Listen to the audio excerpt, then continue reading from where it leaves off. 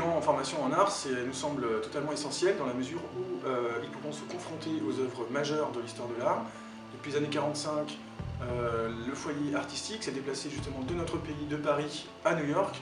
Et c'est l'occasion pour nous de voir, de toucher presque donc ces œuvres qu'on peut voir dans tous les livres d'histoire de l'art. Alors d'abord il y a l'expressionnisme abstrait, Pollock, plus tard il y a le pop art, Andy Warhol par exemple, hein, que tout le monde connaît.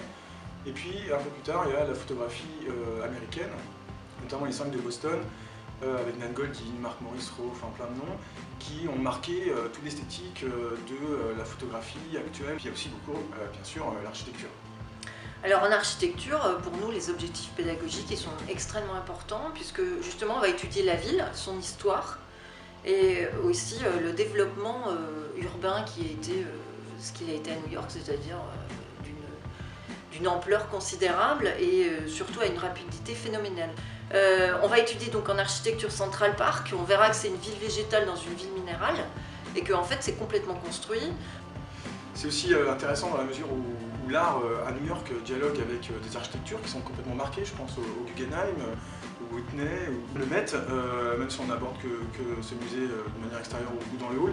Toutes ces visites, tous ces parcours sont évidemment documentés par les élèves, on reste toujours dans une démarche pédagogique. Sur ce point justement en architecture, les étudiants en fait seront transformés en guides.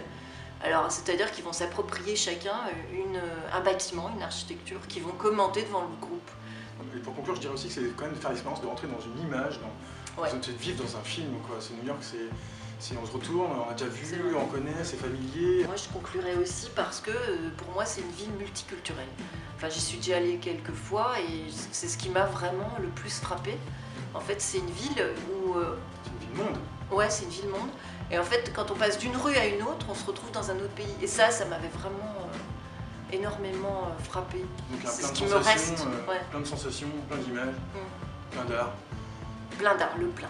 Inscrivez-vous.